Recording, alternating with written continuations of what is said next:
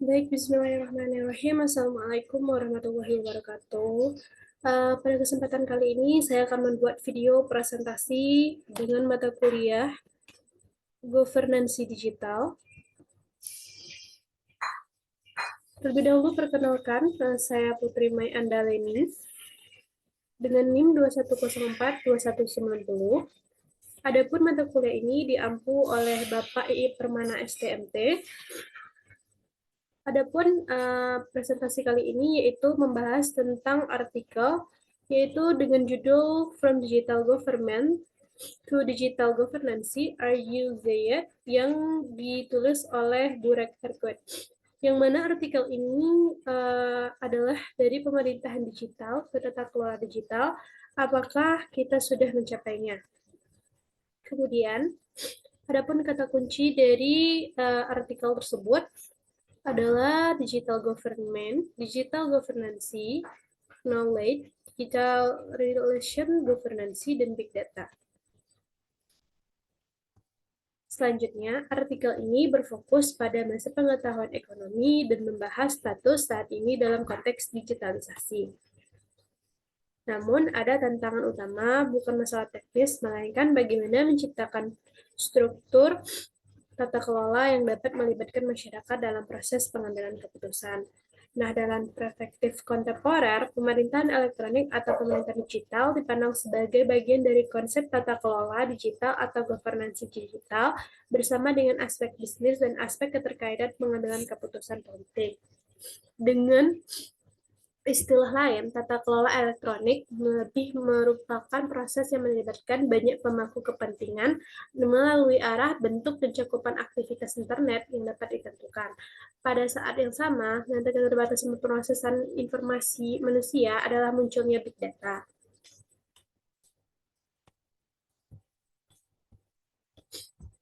Dalam pendahuluannya, artikel ini terdapat 5,11 pengguna ponsel unik per Januari 2019, ada sekitar 4,39 miliar pengguna internet, dan 3,48 miliar pengguna media sosial, dan trennya ini juga meningkat. Nah, kelebihan beban juga terjadi pada pemerintahan dan interaksi mereka dengan dunia digital. Pemerintahan mencoba mengatasi tantangan ini dengan memanfaatkan kumpulan data besar atau big data yang tadi pada berbagai topik.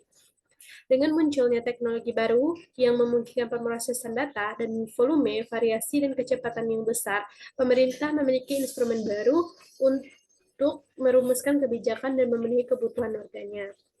Adapun manfaat digitalisasi, yang pertama tentunya dapat membantu wirausaha membangun dan menjalankan bisnis dengan lebih baik dan lebih sedikit birokrasi dan praktis tanpa dokumen.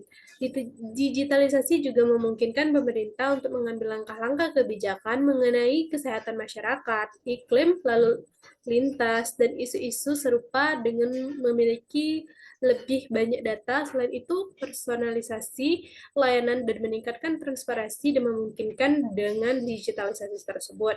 Selanjutnya, dengan adanya manfaat tentu adanya dampak. Nah, dampak dari digitalisasi sendiri yang pertama memberikan pemerintahan ruang yang lebih luas besar dengan padat dibandingkan sebelumnya munculnya digitalisasi.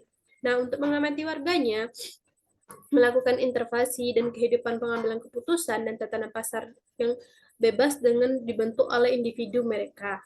Nah, kemudian pelayanan pemerintah yang terdigitalisasi masih belum efisien dan keamanannya dapat menimbulkan masalah besar terutama di bidang ilmu pengetahuan. Selanjutnya ada 3 tantangan utama dalam big data pemerintahan digital. Yang pertama yaitu isu tata kelola. Nah, isu ini yang pertama yaitu bagaimana pemerintahan digital dapat berubah menjadi pemerintahan digital. Nah, hal ini mempunyai aspek internal dan eksternal. Aspek internalnya adalah menciptakan budaya pengambilan keputusan berbasis data dan tingkat pemerintahan. Nah, sedangkan aspek eksternalnya adalah tata kelola berbagai pemangku kepentingan untuk mengintegrasikan sumber daya yang berbeda. Selanjutnya ada budaya pengambilan keputusan berbasis data. Nah, tampaknya bermasalah karena budaya pengambilan keputusan berbasis data ini dapat menghasilkan hasil yang tidak diinginkan oleh para politis.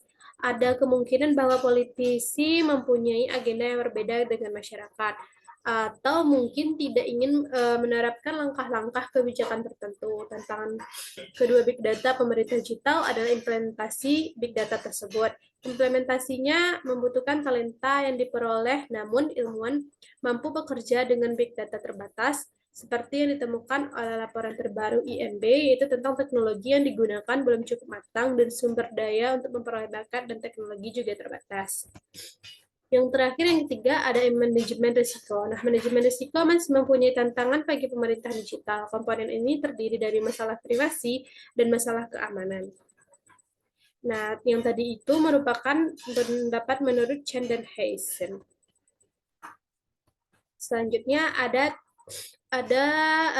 tiga aspek ya tentang tata kelola digital menurut Linkoff, Trump, Poinsett, Jones, dan Warren.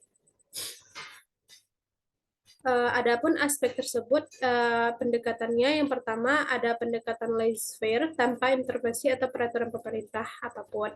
Yang kedua, strategi kehati-hatian dan pencegahan dari sisi pemerintahan yang mencakup pemantauan ancaman saat ini dan masa depan terhadap dampak pembatasan usaha bebas pengembangan ekonomi secara bebas. Nah, yang ketiga, ada strategi penataan layanan. Nah, strategi penataan layanan ini memungkinkan titik tengah di antara kedua strategi pertama. Strategi-strategi ini terutama mempengaruhi sisi penawaran tata kelola digital yang koordinasi pemerintahan, sedangkan sisi permintaan sebagian besar dipengaruhi oleh kesenjangan digital. Kesenjangan digital ini tidak memiliki definisi yang seragam, melainkan menggambarkan fenomena ketimpangan akses terhadap internet dan penggunanya. Selanjutnya, masalah pengetahuan di bidang ekonomi. Nah, masalah ini pengetahuan adalah masalah yang sangat rumit, yang tidak mudah digunakan dan mendapat tempat dalam teori ekonomi. Aliran pemikiran ekonomi yang mempopulerkan konsep pengetahuan dan menetapkan sebagai pusat ekonomi. Masalah utama perekonomian bukanlah alokasi sumber daya yang diberikan, namun pemanfaatan pengetahuan yang tidak diberikan kepada siapapun secara keseluruhan, bahwa data yang menjadi data kalkulus ekonomi tidak akan pernah bisa diberikan kepada satu sumber secara keseluruhan, menekankan bahwa pengetahuan itu sendiri memiliki sekedar data ilmiah. Adapun menurut Thomson ada dua dimensi dalam pengetahuan. Yang pertama, di dimensi kompleksitas. Nah, dimensi ini dikaitkan dengan kesulitan mengkoordinasikan rencana karena sifat pengetahuan terbesar dalam subjektif.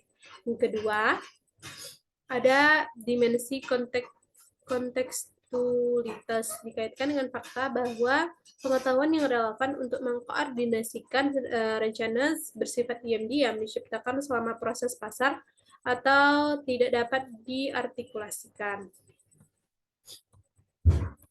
Selanjutnya yang kedua yaitu masalah pengetahuan dan tata kelola digital.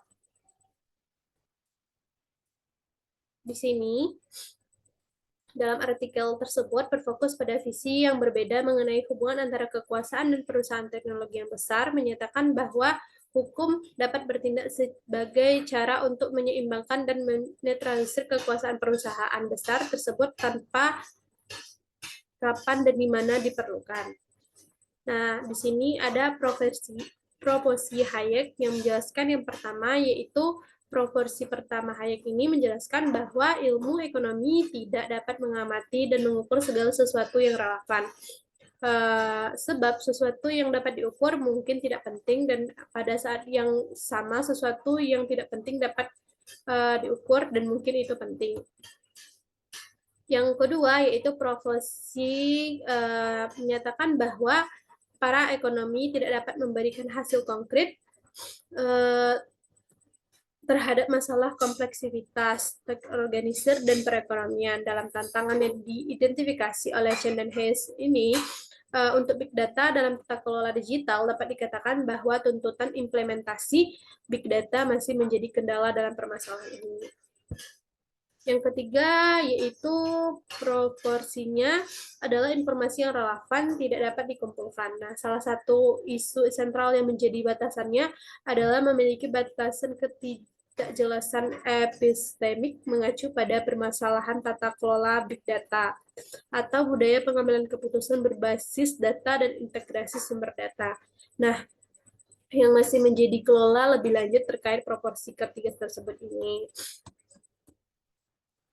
Selanjutnya kita masuk kepada kesimpulan. Nah, adapun kesimpulan dari hal artikel ini yaitu governansi digital atau tata kelola digital di sini sebagai satu proses terdiri dari perancangan dan penggunaan pemerintah digital, permasalahan berbasis bisnis digital dan demokrasi digital. Proses multifaset ini lebih dari sekedar konsep penyediaan layanan pemerintah secara digital. Proses ini memiliki keterbatasan sendiri. Batasan tersebut ada batasan tata kelola digital, tampaknya merupakan batasan yang diketahui sejak era para digital. Namun, fakta bahwa tata kelola digital dikaitkan dengan integrasi sektor, kelola digital, penghasilan pengetahuan digital, fisik, dan bioteknologi sampai saat ini terpisah berarti terdapat keterbatasan dan tantangan baru terhadap tata kelola digital, terlepas dari baiknya suatu pemerintahan.